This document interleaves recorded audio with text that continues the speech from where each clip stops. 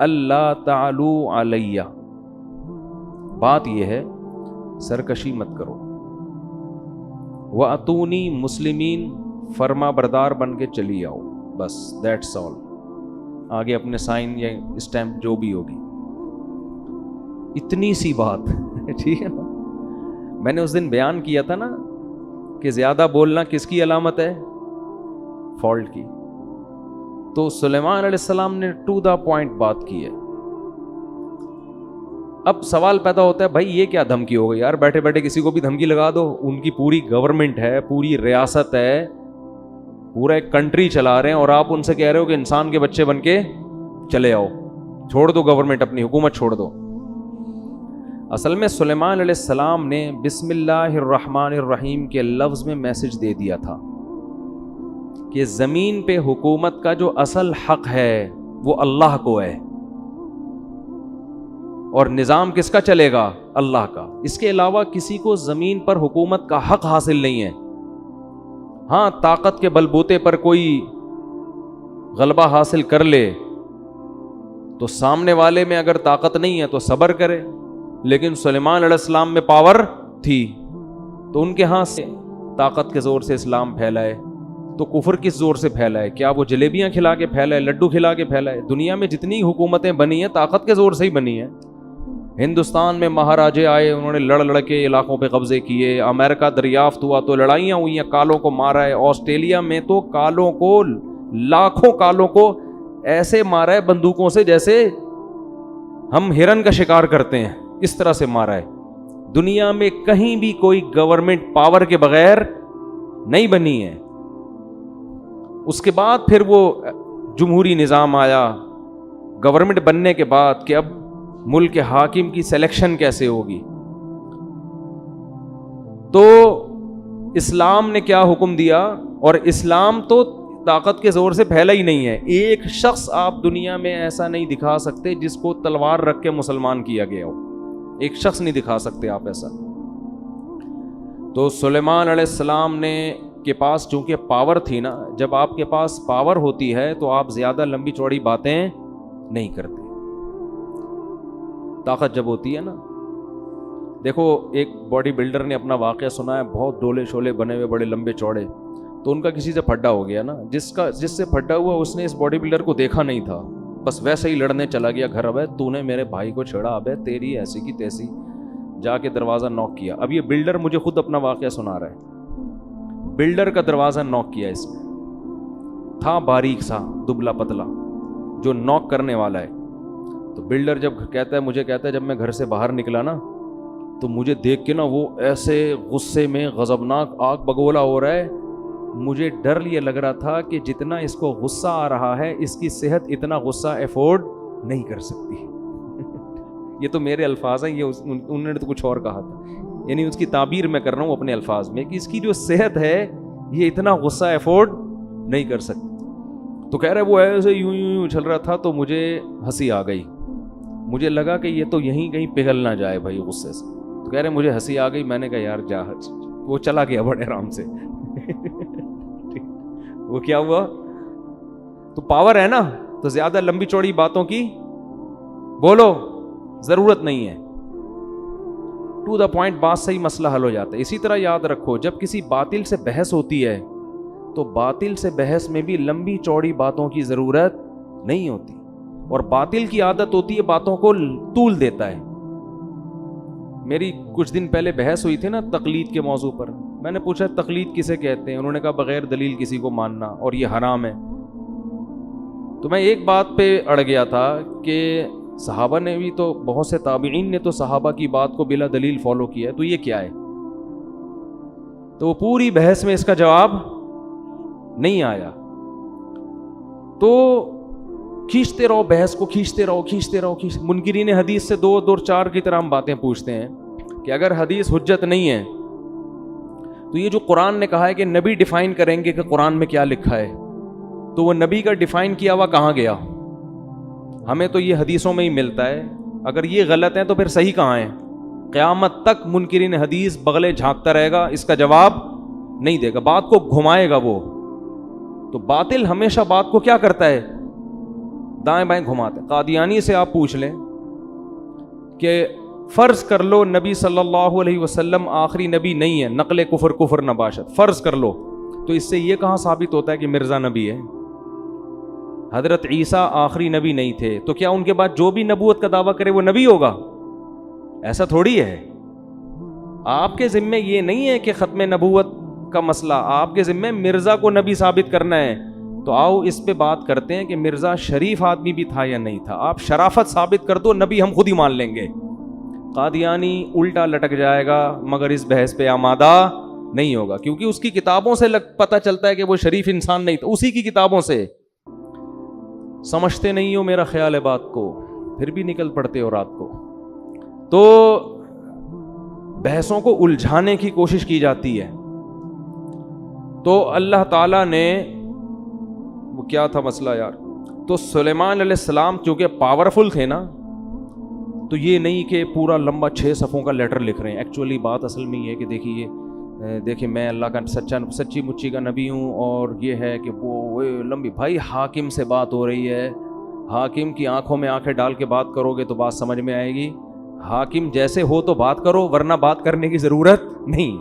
ورنہ عام آدمی کو کیا ضرورت ہے حکمرانوں سے خام خامے پنگا لینے کی؟ معذرت کے ساتھ ایسے الفاظ میں استعمال کروں, کوئی دوسرا لفظ پنگے کے متبادل ہو تو مجھے بتائیں, اگلے بیان میں وہ یوز کروں گا. پھر میں حاکم سے الجھنے کی بلا وجہ کیا ضرورت ہے؟ ورنہ اپنی اوقات میں رہو نا. تو سلیمان علیہ السلام کے پاس ایک پاورفل حکومت تھی. تو سلیمان علیہ السلام کا انداز کیا تھا؟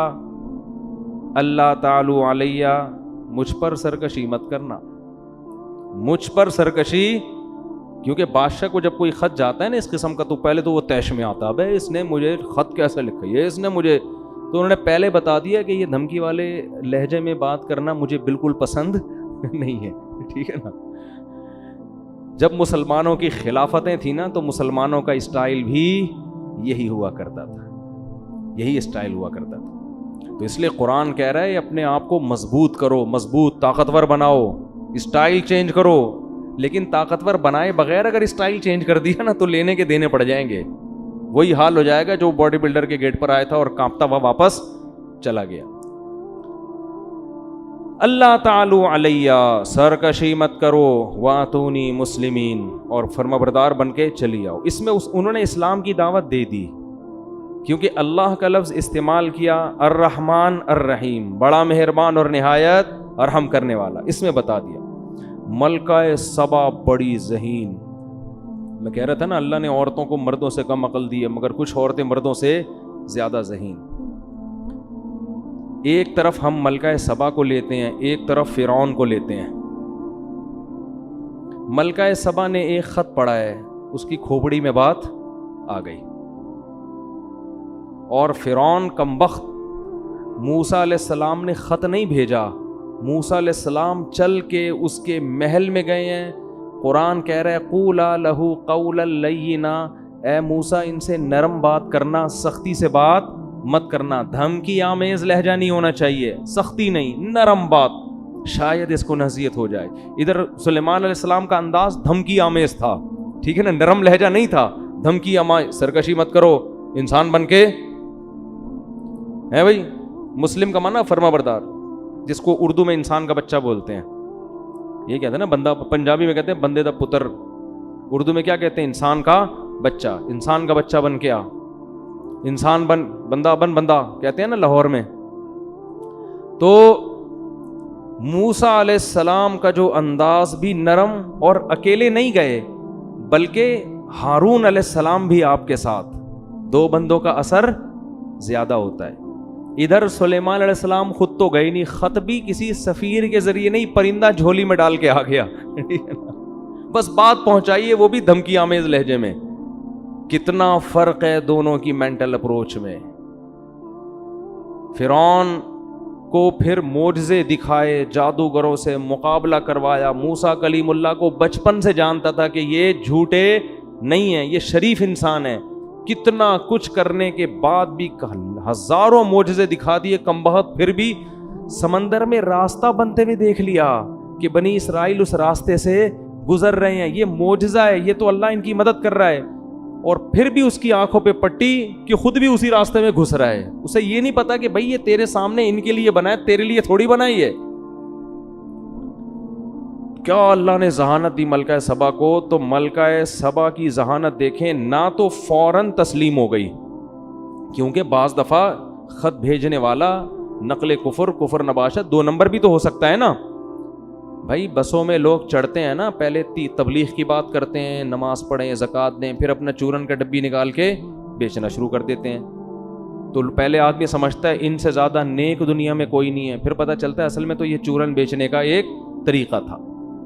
تو 2 نمبر لوگ بھی تو ہوتے ہیں نا. تو ملکہ سبا کو یہ خطرہ تھا کہ کہیں ایسا نہ ہو کہ یہ جو بادشاہ جس نے مجھے اللہ کا نام لے کے مجھے دعوت دی ہے, ایسا نہ ہو کہ لیبل اللہ کا لگ رہا ہو, الرحمن الرحیم کا لگ رہا ہو, لیبل دین اور اسلام کا لگ رہا ہے, اور مقصد حکومت کرنا ہو, مقصد لالچ ہو. یہ اور زیادہ ذہین ہونے کی علامت ہے. اگر فوراً رسپانس کرتی اچھا میں آ رہی ہوں, خود اس سے کہتی تم چلو میں پیچھے پیچھے آ رہی ہوں, بس تسلیم, یہ بھی بیوقوف ہونے کی علامت. بھائی پہلے تحقیق تو کرو یہ بندہ ٹھیک بھی ہے کہ نہیں ہے. اب ملکہ سبا میں ایک اور ذہانت. ملکہ سبا کے جگہ ہماری کوئی ملکہ ہوتی تو کیا کہتی, استخارہ نکالیں گے ہم بیٹھ کے. کیا کریں گے ہم, استخارہ نکالیں. آج بھی ایک صاحب آئے مجھ سے استخارہ نکلوانے کے لیے, تو استخارہ نکالیں گے, یوں آ گیا تو جائیں گے, یوں نہیں آیا تو نہیں جائیں گے. ملکہ سبا جانتی تھی بھائی کھوپڑی میں جو اللہ لوگوں کے دماغوں میں ڈالتا ہے وہ استخاروں میں نہیں نکلتا. استخارہ تو ایک دعا ہے. ملکہ سبا نے سارے اپنے مسٹنڈوں کو جمع, مسٹنڈے تو نہیں کہنا چاہیے, جو بھی درباری تھے نا وہ تھے تو مسٹنڈے, سارے بڑے بڑے جو فوج کے آفیسرز تھے اس کے, لیفٹیننٹ کرنل, جرنل, سارے جو بھی اس زمانے میں بہت مضبوط پاورفل گورنمنٹ تھی. قرآن کہتا ہے وہ اوتیت من کل شیء, ہر چیز اللہ نے اس کو دی تھی, چھوٹی موٹی حکومت نہیں تھی, بہت پاورفل تھی. تو اس نے اپنے سارے جرنیلوں کو جمع کیا, آرمی کا اجلاس طلب کیا, آ جاؤ بھائی, اور کہنے لگی یا ایھا الملا, اے میرے, ملا کہتے ہیں جو اپر لیول کے لوگ ہوتے ہیں نا, جو گورنمنٹ میں بہت اونچی اونچی پوسٹوں پر ہوتے ہیں, ان سے ان کو بٹھا کے کہنے لگی انی القی الی کتاب کریم, میرے پاس ایک لیٹر آیا ہے خاندانی. مضمون سے اندازہ لگا لیا کہ بھیجنے والا بھی کیا ہے, چھوٹا موٹا آدمی. اگر چھوٹا موٹا ہوتا نا تو 6 صفحوں کا خط لکھا ہوتا اس نے, ایکچولی زیادہ ہوتا اس میں, زیادہ ہوتا ٹھیک ہے نا, اور پھر پھول بنائے ہوئے ہوتے, 2 گلاب کے پھول بھی خط کے اندر ڈالے ہوئے ہوتے. تو کیسے اس نے, ذہین کتنی تھی اندازہ لگاؤ. انی القی الی کتاب کریم, کریم کہتے ہیں عزت دار.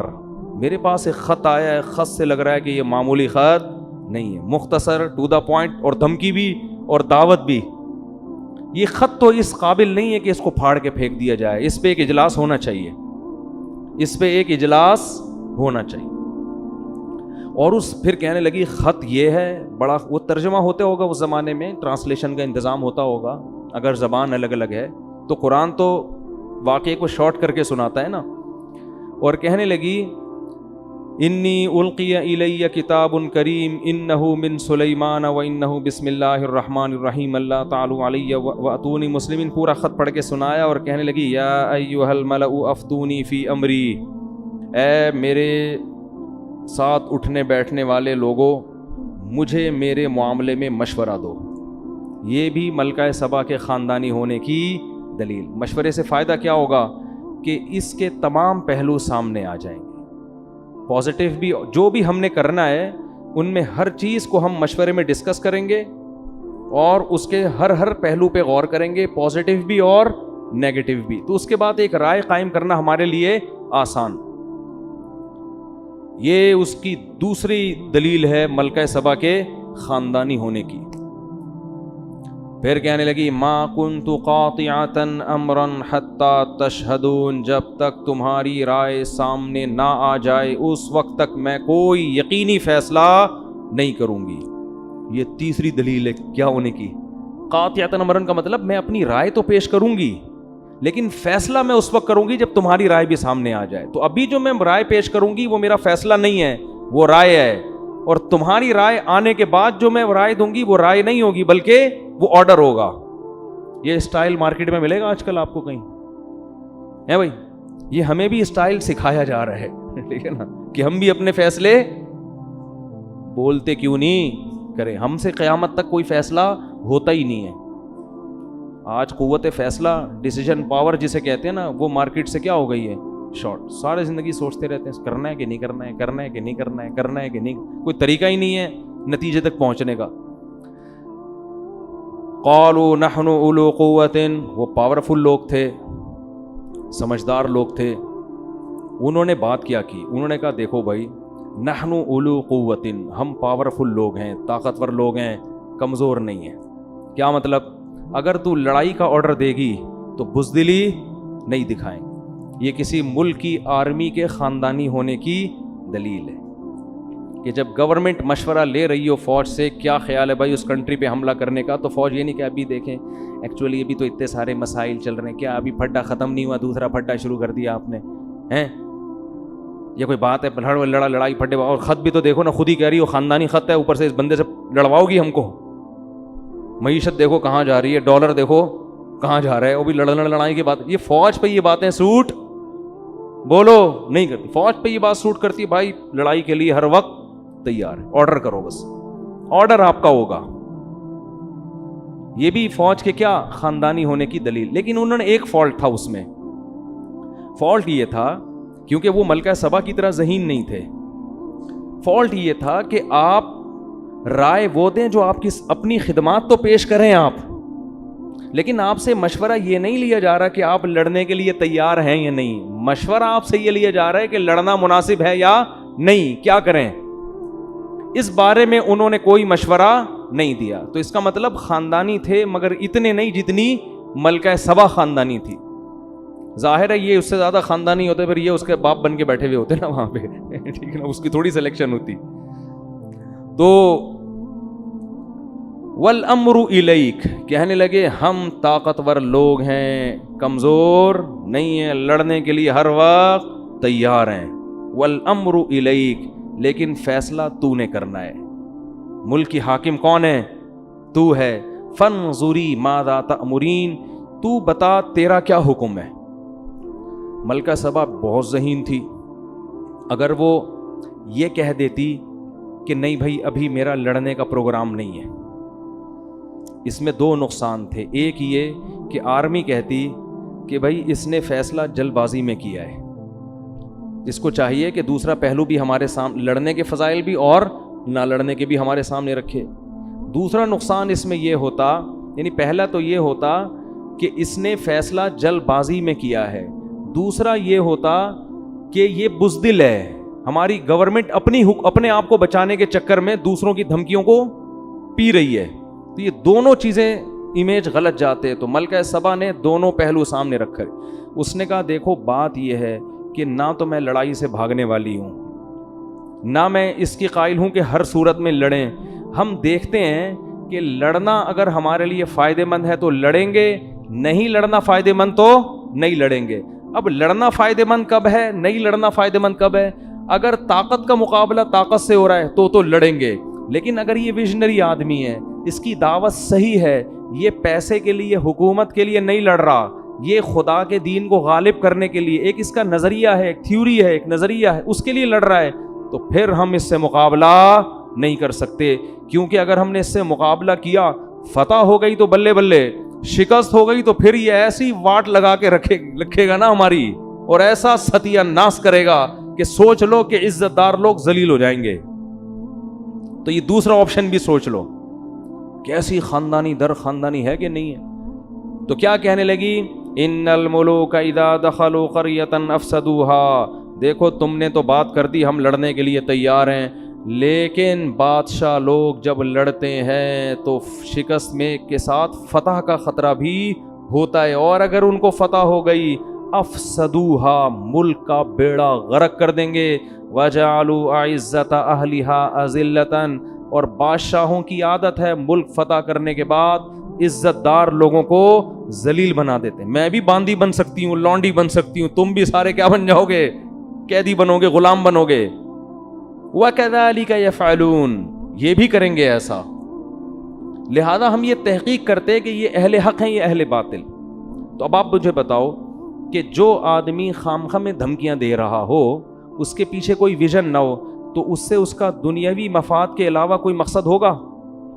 ہے بھائی، خامخواہ میں ایک آدمی کسی کو تنگ کر رہا ہے، اس کا مطلب بھائی آپ اس کے وسائل پہ قبضہ کرنا چاہتے ہیں. ایک ملک جب دوسرے ملک پہ بلا وجہ حملہ کر رہا ہے، اس کا مطلب اس کے وسائل کس کے کنٹرول میں لانا چاہ رہا ہے؟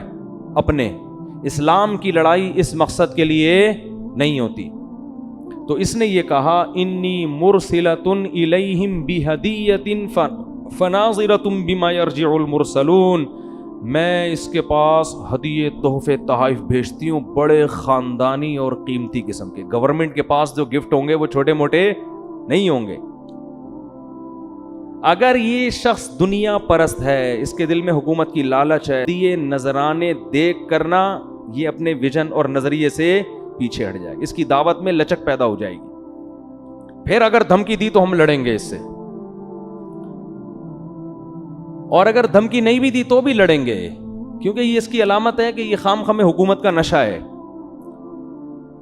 تو ملکہ سبا نے نا اس زمانے کے اربوں کھربوں کے حساب سے ہیرے جواہرات جو بھی قیمتی بہت خاندانی قسم کے تحفے تھے قاصدین کو دیے، اور بولے جاؤ سلیمان کو دے کر آ جاؤ. حضرت سلیمان کے پاس جب وہ تحفے آئے ہیں، فلما جاء سلیمان، جب وہ تحفے سلیمان علیہ السلام کے پاس آئے، قال اتمدوننی بمال، انہوں نے فرمایا کہ چند ٹکے کے لوگ، تم لوگ میری پیسوں سے مدد کرنا چاہ رہے ہو، ہیں بھائی میری دعوت کا تم نے یہ مطلب لیا ہے؟ چند ٹکے تو میں اپنی طرف سے لگا رہا ہوں، یعنی اتمدوننی بمال، تم پیسوں سے میری مدد کر رہے ہو. تم یہ سمجھ رہے ہو کہ اتنے ڈالر ہم تمہارے لیے مدد کے لیے بھیجیں گے تو تم چپ ہو جاؤ گے؟ اتمدوننی بمال، پیسوں کے ذریعے میرا منہ مجھے چپ کرانا چاہ رہے ہو.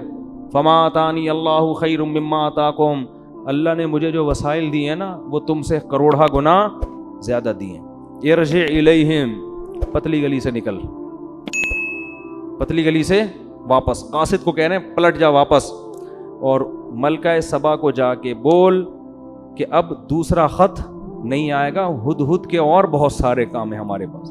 ہدہد اس کام کے لیے فارغ نہیں بیٹھا ہوا کہ خط و کتابت ہی کرتا رہے. فَلَنَأْتِيَنَّهُمْ بِجُنُودٍ لَا قِبَلَ لَهُمْ بِهَا، اب اس کو بول اب خط نہیں آئے گا، اب فوج آئے گی. جیسے خادم حسین رضوی نے کہا تھا نا غوری آیا، وہ تو کچھ زیادہ ہی ہو گئی تھی، لیکن قرضہ معاف کروانے کا ایک بہترین طریقہ تھا، بٹن دباؤ غوری آیا. خیر، فَلَنَأْتِيَنَّهُمْ بِجُنُودٍ لَا قِبَلَ لَهُمْ بِهَا.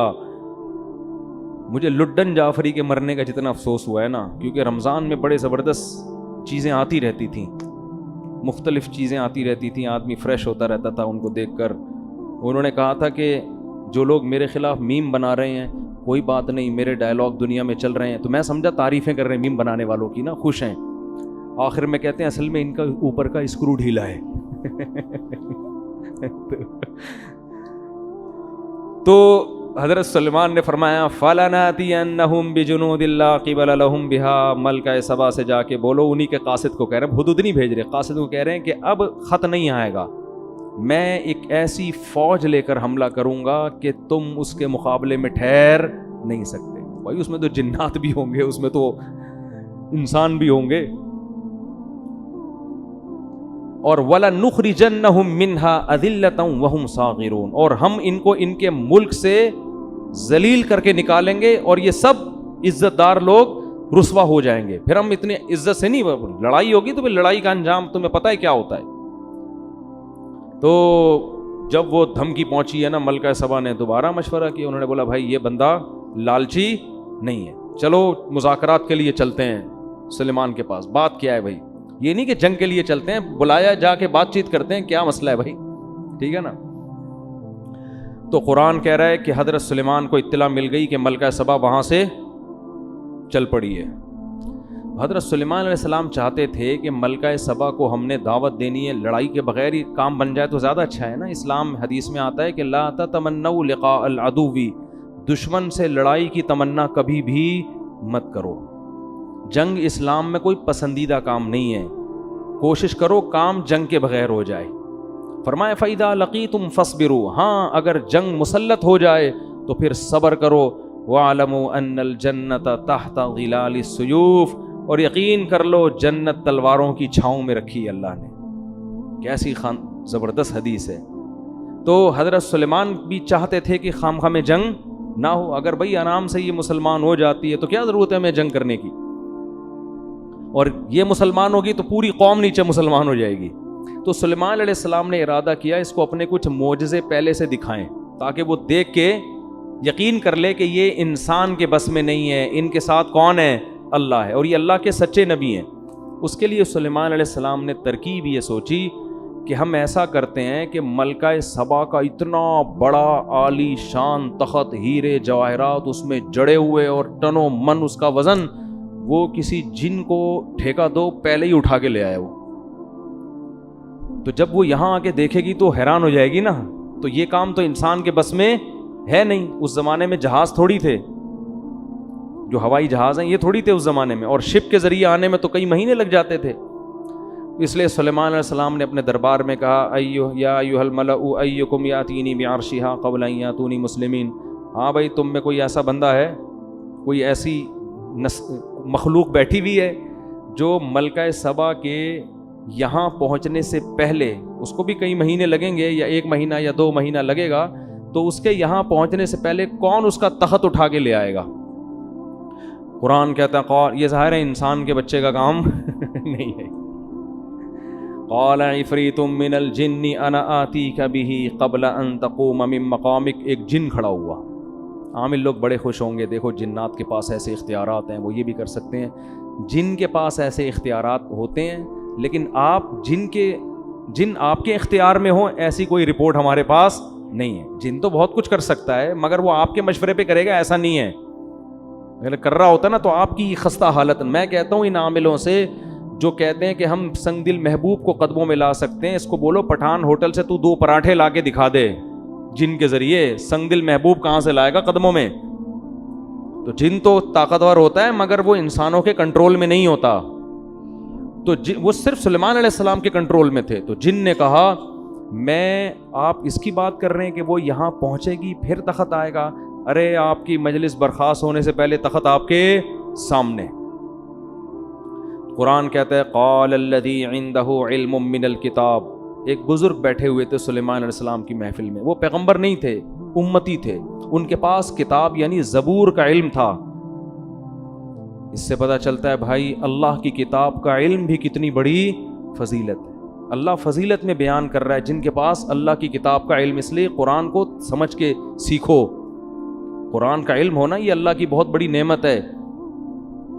تو وہ نیک تھے، تو انہوں نے کہا سلیمان علیہ السلام سے انا آتیک بہ قبل ان یرتد الیک طرفک، حضرت یہ جن کہہ رہا ہے کہ مجلس برخاست ہونے سے پہلے میں آپ کی پلک جھپکنے سے پہلے حاضر کروں گا، یہ کہا اور تخت سامنے حاضر۔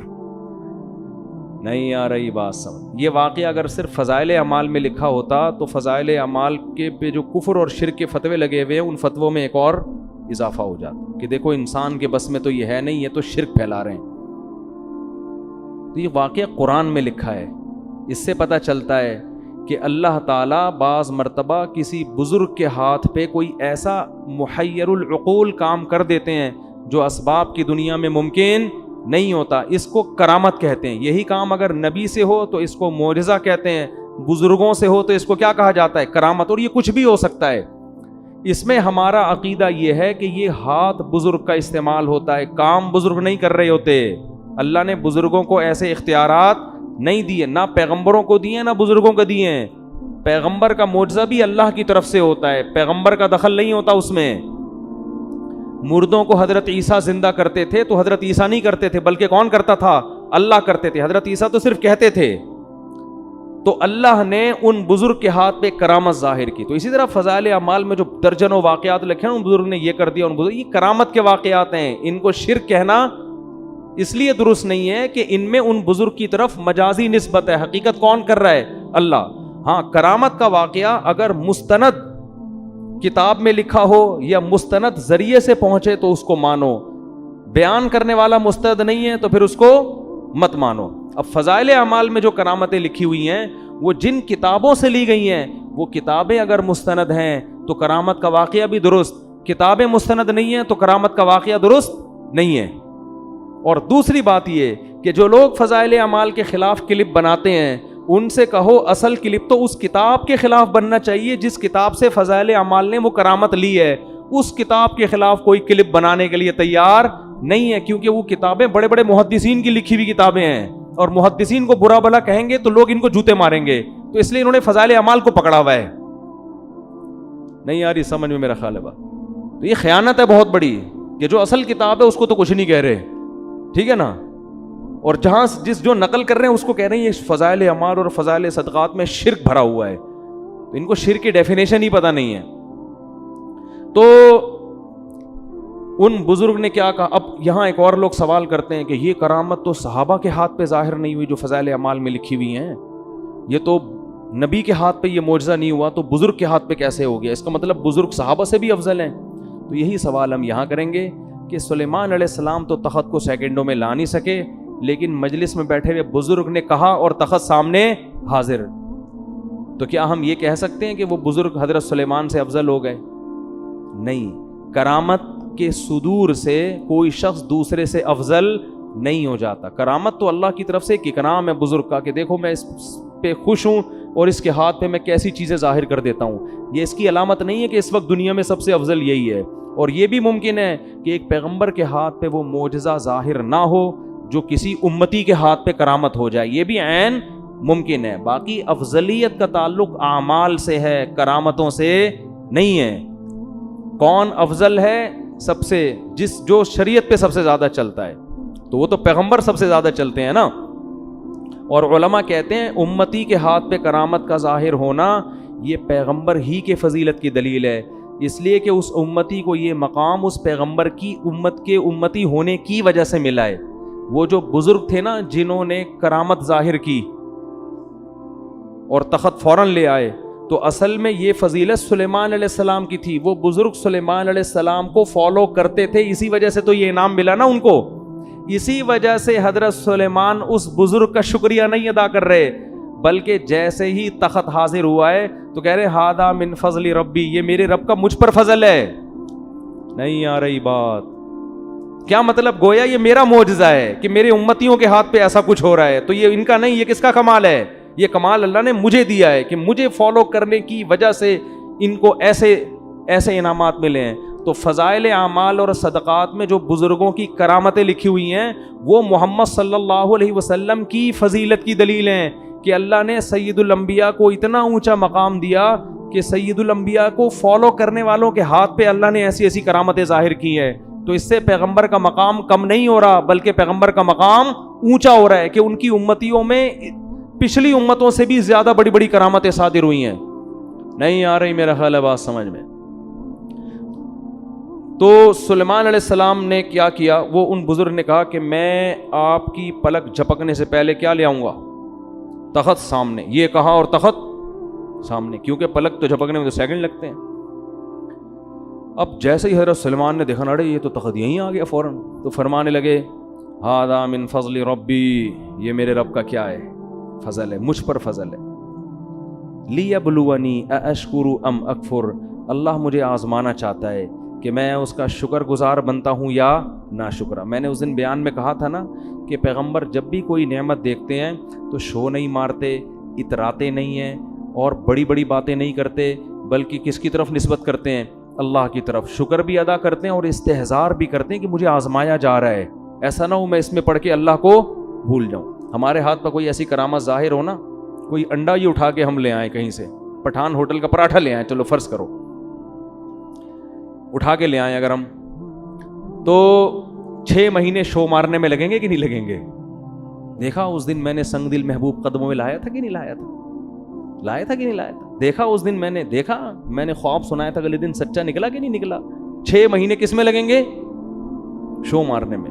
ادھر سلیمان علیہ السلام یہ نہیں کہہ رہے فخر, دیکھو میرے امتیوں میں ایسے ایسے لوگ ہیں ہزاروں کلومیٹر دور سے تخت سیکنڈوں میں ایسا ہی تھوڑی یہاں بیٹھا ہوا ہوں بھائی, ایسا ہی تھوڑی, بہت سے پیغمبروں سے اللہ نے مجھے فضیلت دی ہے. ایسی کچھ نہیں، بلکہ کیا کہہ رہے ہیں، یہ میرے رب کا فضل ہے، میرا کمال نہیں ہے، اور میرے رب نے مجھ پر یہ فضل اس لیے کیا لیبلونی، مجھے آزما رہا ہے وہ، اشکر ام اکفر، کہ میں شکر گزار بنتا ہوں یا ناشکرا۔ آگے کہنے ومن شکر فانما یشکر لنفسی، دیکھو جو شکر کرتا ہے اپنے خود ہی فائدہ ہوگا اس کا، اللہ کو کوئی فائدہ نہیں ہے۔ ومن کفر فان ربی غنی کریم، اور جو ناشکری کرے گا اللہ کا کوئی نقصان نہیں ہے، میرا رب بے پرواہ ہے، اسے انسانوں کے شکر کی ضرورت نہیں ہے، کریم عزت دار پہلے سے ہے، وہ کسی کی ناشکری سے اس کی عزت میں کمی نہیں ہوتی۔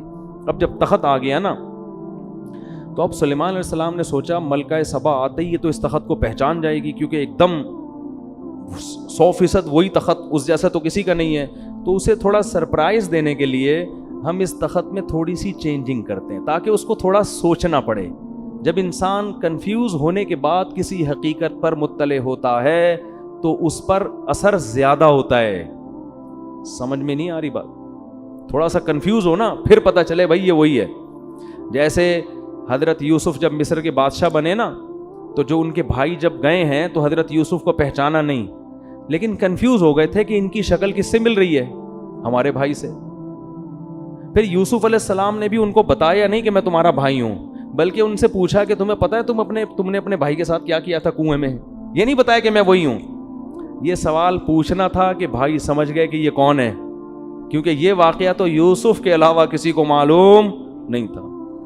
تو یہ بھی تھوڑا سا نا تردد میں ڈال کے کسی کو حقیقت بتانا، اس میں زیادہ لطف ہوتا ہے، اس میں زیادہ مزہ ہوتا ہے، اور اس میں جو آپ اس کو سکھانا چاہتے ہیں وہ زیادہ اچھی طرح سے سیکھتا ہے۔ تو سلیمان علیہ السلام نے کہا نکروا لہا عرشہا، ذرا اس کا جو تخت ہے اس کی سیٹنگ تھوڑی سی کیا کر دو، چینج کر دو، یہ والا نٹ بولٹ تھوڑا وہاں لگا دو، یہ والا وہاں لگا دو، اس طرح کر دو۔ جب ملکہ سبا وہ مہینوں کا سفر کر کے پہنچی ہے تو سلیمان علیہ السلام نے ملکہ سبا سے کہا اچھا ہمارے ہاں کوئی متعصب قسم کے صوفی ہوتے تو کہتے حضرت آپ لیڈیز سے بات نہ کریں۔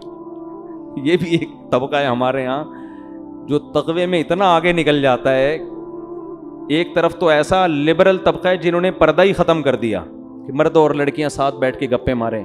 میں جب بھی ٹیلی ویژن کے کسی پروگرام میں جاتا ہوں پہلے یہ ان کو آرڈر دیتا ہوں میرے ساتھ کسی لڑکی کو بٹھانے کی اجازت نہیں ہے، اس کی میں نے بہت سختی کی ہوئی ہے۔ یہ علماء کے وقار کے خلاف ہے کہ جوان لڑکیاں بن ٹھن کے آئی ہوئی ہیں، مفتی صاحب سے انٹرویو لے رہی ہیں، تو آپ پردے کی تبلیغ کیسے کرو گے دنیا کے سامنے؟ ہاں اس پہ جو ہے نا کال پہ کوئی انٹرویو ریکارڈ کرا کے، میرے کچھ انٹرویو ایسے ہیں جس میں یہ دکھایا کہ کوئی لڑکی مجھ سے انٹرویو لے رہی ہے، وہ سامنے نہیں بیٹھی ہیں، وہ انہوں نے مجھ سے ویڈیو انٹرویو ریکارڈ کروا کے پھر چلایا اس اسٹائل میں کہ جیسے ایسا لگ رہا ہے کہ وہ سامنے میرے بیٹھی ہوئی ہیں، تو وہ ایڈیٹنگ ہوئی ہے۔ تو ایک طبقہ تو ہمارا یہ کہ جنہوں نے پردے کے حکام کی دھجیاں اڑا دی، ایک طبقہ اتنی صوفی پنے کی انتہا کو پہنچا ہوا ہے جہاں عورت سے بات کرنے کی ضرورت ہے وہاں بھی وہ بات کرنے کے لیے تیار نہیں ہے۔ اب کوئی خاتون اگر آپ سے مسئلہ پوچھنے کے لیے آ رہی ہے تو پردہ کرنا تو اس کی ذمہ داری ہے، اگر وہ نہیں کر رہی تو آپ کو شریعت نہیں کہتی یہاں سے بھاگ جاؤ فوراً، کہ وہ مسئلہ پوچھنے آئی آپ بھاگیں وہاں سے، آپ بیٹھیں مسئلہ بتائیں۔ ہاں تنہائی کسی عورت کے ساتھ بند کمرے میں اختیار کرنا اس کی اسلام میں اجازت نہیں ہے، اور آپ اس کو محبت سے پردے کی ترغیب بھی دے دیں۔ تو ہمارے یہاں کچھ جو اس طرح کے لوگ ہیں نا، تو وہ سلیمان علیہ السلام پر یہ اعتراض کہ وہ پہلے سلیمان علیہ السلام کے پاس جا کے کہتے حضرت آپ کو لیڈیز سے بات کرنے کی اجازت نہیں ہے بالکل۔ تو لیکن پیغمبر تھے، کون بولتا؟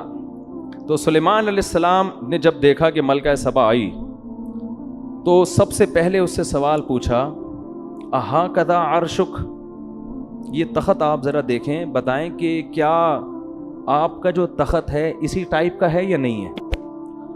تو وہ بڑے حیران ہو گئی کہ یار بالکل اسی جیسا لگ رہا ہے لیکن 100% وہ ہے بھی نہیں۔ تو کہنے لگی قالت کأنہ ہو، ایسا لگ رہا ہے کہ یہ وہی ہے، یعنی وہ ہے تو نہیں لیکن ایسا لگ رہا ہے کہ گویا کہ یہ وہی ہے۔ پھر کہنے لگی کہ بڑا کمال آپ نے کیا کہ اسی جیسا تخت ہدہد کی رپورٹوں کے ذریعے اس نے کہیں لا کے نقشہ بتایا ہوگا اور آپ نے اسی جیسا تخت بنا لیا, کیونکہ اس کے تو وہم و گمان میں بھی نہیں کہ سیکنڈوں میں یہ تخت وہاں سے اڑ کے یہاں آ سکتا ہے. لہذا وہ کہہ رہی ہے کہ کمال ہے بھائی, اسی جیسا تخت آپ نے کیسے بنا لیا.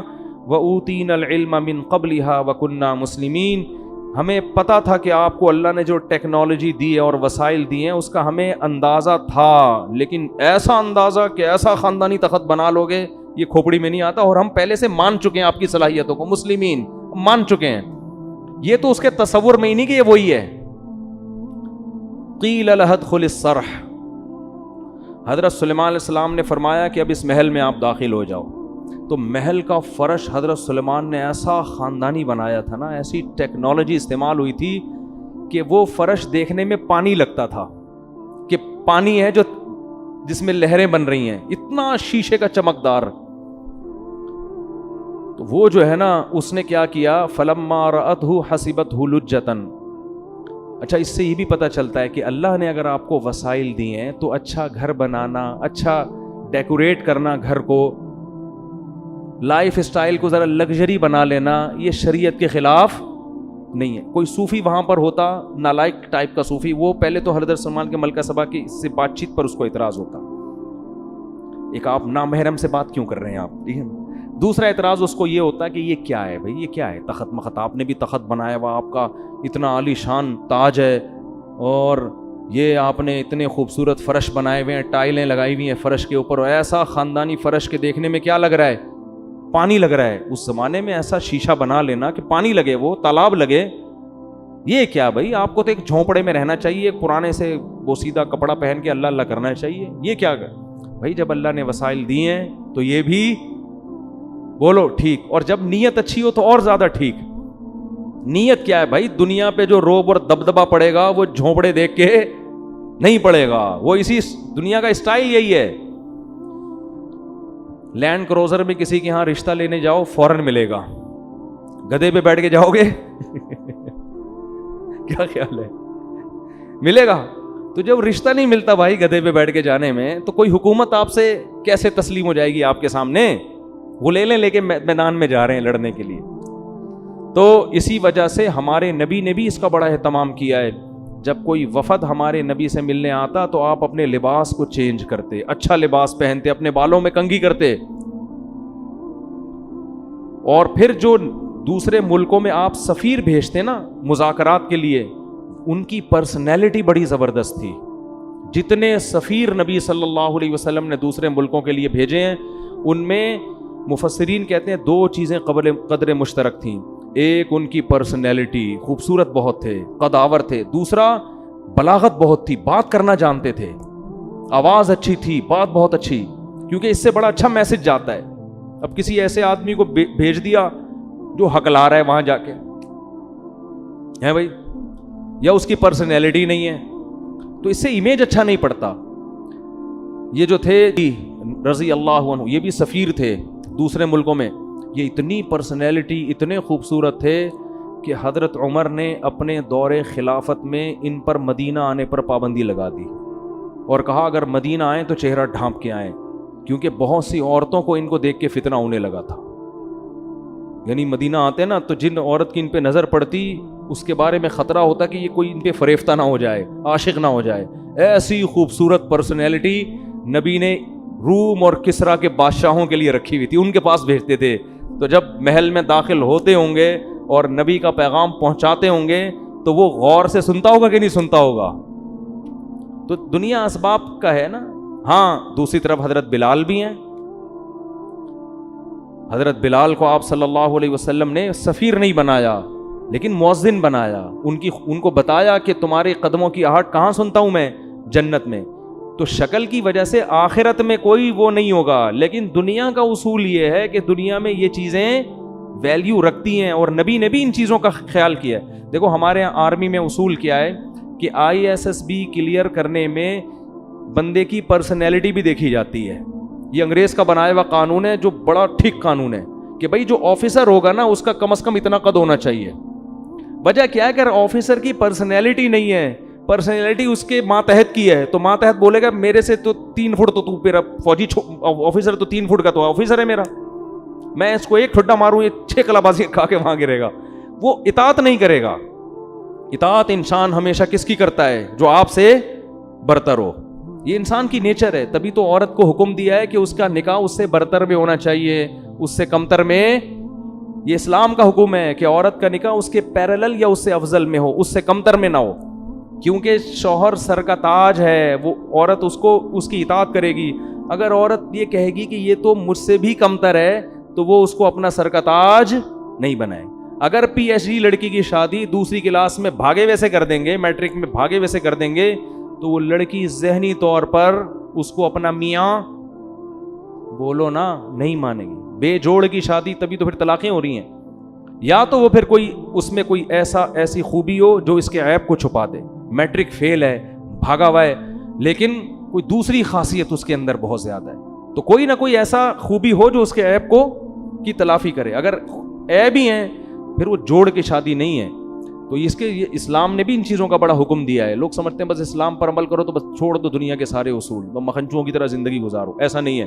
تو خیر جلدی سے میں بات کو سمیٹ کے ختم کرتا ہوں. کیا بات چل رہی تھی, پتہ نہیں کہاں سے کہاں پہنچ گئے ہم. تو وہ سفیروں کا نا, ہاں, تو وہ ملکہ سبا کو حضرت سلیمان نے کہا یہ تخت, یہ جو ہے نا یہ فرش, اس پہ آؤ, محل میں داخل ہو. ملکہ سبا نے کہا یار یہ تو پانی ہے, تالاب ہے یہاں, اس میں کیسے چلوں گی.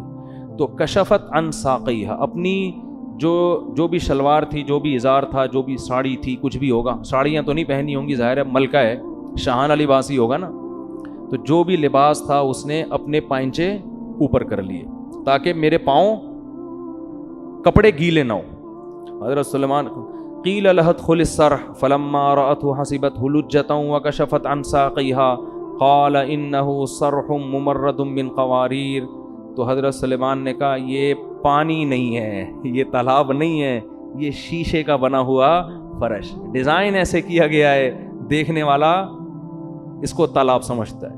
اب یہاں ملکہ سبا نے کہا بھائی یہ خدا کا پیغمبر ہے, ابھی اس نے مجھے تخت دکھا دیا وہاں سے یہاں, اور یہ ایسا فرش تو دنیا میں کسی کا باپ بھی نہیں بنا سکتا. اس نے یہ نہیں کہا مجھے پتا ہے, یہ دل میں سوچا ہوگا. لوگ پھر کہہ رہے ہوتے یہ باپ کا لفظ کہاں ہے قرآن میں, دکھاؤ بھائی. تو ہمارا بھی تو کچھ اسٹائل ہے نا بات سمجھانے کا, ہم آج کے زمانے کے لحاظ سے سمجھائیں گے نا. تو ملکہ سبا نے کہا بھائی یہ تو ممکن واقعی اللہ کے سچے پیغمبر ہیں, ان کے پاس وسائل کی کمی نہیں ہے. تو فوراً کہنے لگی قال ربی انی ظلمت نفسی. اب دیکھو حضرت سلیمان سے خطاب نہیں کر رہی, اب کس سے خطاب کر رہی ہے؟ اللہ سے. یہ بھی اس کے خاندانی ہونے کی دلیل, کیونکہ ان کو یقین آ گیا کہ یہ سب کچھ یہ نہیں کر رہے, اللہ کر رہا ہے مجھے سمجھانے کے لیے کہ تو غلط دین پہ چل رہی تھی. توبہ کی اور کہنے لگی ربی انی ظلمت نفسی, اے اللہ آج تک میں نے سورج کو سجدہ کر کے اپنی جان پہ ظلم کیا ہے. وَأَسْلَمْتُ مَعَ سُلَيْمَانَ لِلَّهِ رَبِّ الْعَالَمِينَ. یہ ایسا خاندانی جملہ ہے, اس سے آپ کو پتہ چلے گا بھائی ایکسٹرا آرڈینری ذہین تھی. اب یہ نہیں کہہ رہی کہ اللہ میں تجھ پر ایمان لے آئی, یہ بھی نہیں کہہ رہی کہ اللہ میں نے سلیمان کو نبی مان لیا. اگر یہ کہتی کہ میں نے سلیمان کے ہاتھ پہ بیعت کر لی, سلیمان کو مان لیا, تو سوال پیدا ہوتا ہے یہ سارے کام کا حکم کون دے رہا ہے؟ سلیمان تو ایک ذریعہ ہے. اصل تو آپ کو توحید کی دعوت دی جا رہی, اللہ کی بندی بنو. تو اسلام اللہ کے لیے لانا ہے, سلیمان کے لیے نہیں لانا. لیکن اگر سلیمان علیہ السلام کا ذکر بالکل ہی شارٹ ہو جاتا تو یہ ناشکری بھی ہے کہ جو ذریعہ بن رہا ہے ہدایت کا, اس کو اس موقع پر اپنے کلام سے بالکل کیا کر دیا؟ خارج. تو دونوں چیزوں کی رعایت کر کے اس نے اپنے خاندانی ہونے کا ثبوت دیا اور کہنے لگی ربی انی ظلمت نفسی, اے اللہ میں نے اپنی جان پہ ظلم کیا. وَأَسْلَمْتُ مَعَ سُلَيْمَانَ لِلَّهِ رَبِّ الْعَالَمِينَ. اے اللہ میں بھی سلیمان کی طرح سلیمان کے ساتھ اس رب پر ایمان لے آئی جو تمام جہانوں کا پالنے والا ہے. میں بھی اس صف میں سلیمان کے ساتھ شریک ہو گئی ہوں, کھڑی ہو گئی. یہ تو پہلے سے تھے, میں بھی ان کی فہرست میں شامل ہو گئی. تو اللہ نے جہاں بھی پیغمبروں کے واقعات ذکر کیے نا, اکثر نالائق قومیں, اکثر کیا 99.9%. قوم عاد کو دیکھیں, قوم ہود کو دیکھیں, قوم عاد کو دیکھیں, قوم سمود کو دیکھیں, قوم لوط کو دیکھیں, قوم ابراہیم کو دیکھیں, قوم فرعون کو دیکھیں, اصحاب مدین کو دیکھیں, سب تباہ ہوئے. کچھ قومیں ایسی ہیں جو گنی جا سکتی ہیں جنہوں نے عقل اور شعور کا مظاہرہ کیا، جذباتی پن سے ہٹ کر پیغمبر کی دعوت پہ شعور کے ساتھ غور کرنا شروع کیا۔ اللہ نے ان کو ہدایت بھی دی، اللہ نے ان کو عزت بھی دی، اور قیامت تک کے لیے اللہ نے ان کا تذکرہ قرآن میں لکھ دیا۔ ملکہ سبا کتنی خوش ہوتی ہوگی، اس کے تو تصور میں بھی نہیں ہوگا کہ کل ایک قرآن نازل ہوگا، اللہ کی آخری کتاب، جس میں اللہ میرا تذکرہ کریں گے اتنے اہتمام کے ساتھ۔ اور حضرت مولانا حضرت مفتی طارق مسعود صاحب دامت برکاتہم، آپ کے حساب سے، میرے حساب سے نہیں، میں تو ایسے ہی آدمی ہوں، آپ لوگ یہ القاب لگاتے ہیں نا، میں یہ کرتا ہوں تکبر سے بچنے کے لیے، جب لوگ کہتے ہیں مفتی طارق مسعود مدظلہ العالیہ، تو میں آگے لگاتا ہوں جو ملا کھا لیا۔ مدظل العالیہ کی دو قسمیں، ایک تو سچی مچی کے ہوتے ہیں جو بزرگ ہوتے ہیں، اور ایک ہوتے ہیں دامت برکاتہم العالیہ جو ملا کھا لیا۔ تو یہ والے ہم دامت برکاتہم ہیں۔ تو اس کو تصور میں بھی نہیں ہوگا کہ کل محمد صلی اللہ علیہ وسلم پہ اللہ کلام نازل کرے گا اور اللہ میری حکومت کا اور میرے اسلام لانے کا تذکرہ کرے گا۔ اللہ کو اس کا یہ عمل اتنا پسند ہے، اس کی کھوپڑی کیونکہ صحیح استعمال کی ہے، جذباتیت کا شکار نہیں، اور اس کے تصور میں بھی نہیں ہوگا کہ کل یوٹیوب کے مفتی طارق مسعود صاحب الفلاحیہ مسجد میں بیٹھ کر میرے خاندانی ہونے کے اتنے ثبوت پیش کر رہے ہوں گے، اس کے تصور میں بھی یہ بات نہیں ہوگی۔ سمجھ میں نہیں آ رہی بات؟ تو یہ عمل ہے ان لوگوں کا جو اللہ کی مان کے چلتے ہیں، اور جو جذبات میں آ کے مخالفت کرتے ہیں وہ تباہ ہو جاتے ہیں۔ اللہ تعالیٰ سمجھنے کے عمل کی توفیق عطا فرمائے۔